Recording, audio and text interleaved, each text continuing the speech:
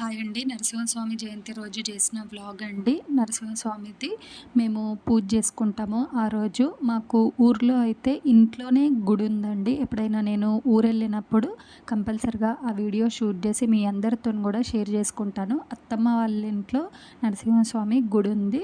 So నేను అక్కడ ఉండలేము కాబట్టి ఇక్కడ మనకు తోచినంతగా పూజ చేసుకుందామని చెప్పేసి నేను ఈరోజు దేవుళ్ళన్నింటిని కూడా క్లీన్ చేసుకుంటున్నాను.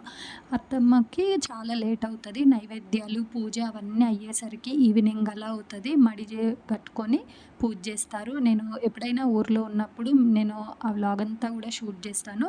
ఇప్పుడు నేను పప్పు ఫస్ట్ వంట కూడా కంప్లీట్ చేసేసుకుందాం. ఈరోజు మా హస్బెండ్ ఎలాగో 10 డ్యూటీ పెట్టుకున్నారండి. లేట్గా వెళ్తారు కదా, ఒక సైడ్ వంట చేసుకుంటూ పూజ చేసుకుందామని చెప్పేసి ఫస్ట్ కుక్కర్లో పప్పు పెట్టేశాను. పప్పు కంప్లీట్ అయిపోయిందండి. పప్పు పోపు వేసేసి మరిగినంతసేపు నేను వేరే పని చేసుకోవచ్చు అని చెప్పేసి ఇలా అయితే మరగబెడుతున్నాను. అండ్ ఒక పక్కకి నైవేద్యం కోసమని సిర చేస్తున్నానండి. ఈ సిర నార్మల్గా 5 to 10 మినిట్స్లో కంప్లీట్ అయిపోతుంది కదా, అందుకోసమని ఇదే నైవేద్యంగా పెడదాము అని చెప్పేసి సిరప్ కూడా చేసేసుకున్నాను. ఆ తర్వాత దేవుళ్ళన్నింటిని కూడా క్లీన్ చేసి బొట్లు పెట్టుకొని ఇలా నేను పూజ స్టార్ట్ చేశాను. పిల్లలు ఇద్దరివి కూడా స్నానాలు అయిపోయినాయి. నేను కూడా వేరే డ్రెస్ వేసుకొని పూజ స్టార్ట్ చేసేసానండి. చాలా బాగా అనిపించింది. పూజ అయితే చాలా బాగా చేసుకున్నాము. అందరం కలిసి చేసుకునే పండగ ఏదైనా కూడా చాలా హ్యాపీగా ఉంటుంది. నేను ఎలా జరుపుకున్నాను అనేది మీరు కామెంట్ సెక్షన్లో కామెంట్ చేయండి. నేను ఈరోజు నరసింహస్వామిని సపరేట్ ఆ విగ్రహాన్ని తీసి సపరేట్ పెట్టేసి పూజ చేసుకుంటున్నామండి. ఇది కూడా ఎప్పుడైనా నేను క్లియర్ పిక్ చూపిస్తాను నరసింహస్వామిది. నేను అన్ని ఫ్లవర్స్ పెట్టేసరికి విగ్రహం అనేది కరెక్ట్గా కనిపించట్లేదు అని నేను అనుకుంటున్నాను. నేను ఈ విధంగా అయితే పూజ చేసుకోవడము స్టార్ట్ చేశాను. అండ్ చిన్నోడు ఇప్పుడే పడుకున్నాడండి. ఒక 10 to 15 మినిట్స్ పడుకొని అని చెప్పేసి పడుకోబెట్టి వచ్చాను. ఎందుకంటే మళ్ళీ ఎత్తుకొని చేసుకోవాలి అంటే కొంచెం ఇబ్బందిగా ఉంటుంది కదా. ఈరోజు ప్రశాంతంగా చేసుకుందాం అని చెప్పేసి అనుకున్నానండి.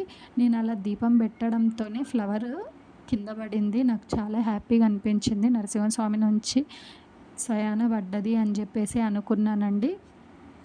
పూజ కంప్లీట్ చేసుకున్న తర్వాత మా పక్కనే టెంపుల్ ఉంది, ఇంటికి దగ్గరలోనే.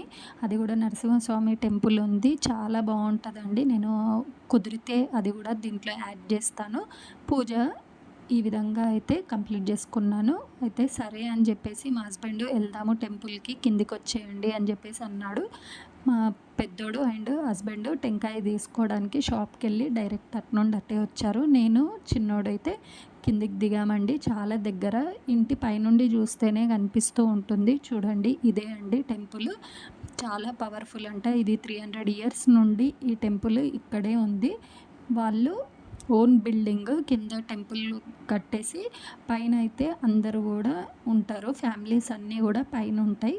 చూడండి, ఇదంతా అపార్ట్మెంట్ టైప్ ఉంటుంది. కింద గ్రౌండ్ ఫ్లోర్లో బండ నరసింహస్వామి అని చెప్పేసి ఇలా అయితే మంచిగా టెంపుల్ కట్టుకున్నారండి. చాలా హ్యాపీగా అనిపించింది. ఏ రోజైనా మా ఊర్లో మా గుడిని కూడా ఇలా డెవలప్ చేసుకోవాలి అని అనుకుంటున్నాను. అది ఎంతవరకు సాధ్యమవుతుందో చూడాలి మరి.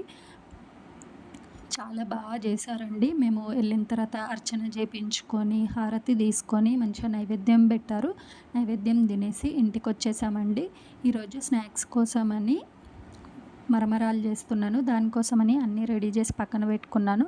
ఆయిల్ వేసుకొని ఆయిల్ హీట్ అయిన తర్వాత కొంచెం జీలకర్ర, పల్లీలు, కరివేపాకు, ఎల్లిపాయ, కొన్ని పుట్నాలు అండ్ ఎండుమిర్చి వేసి ఒకసారి కలుపుకోవాలి.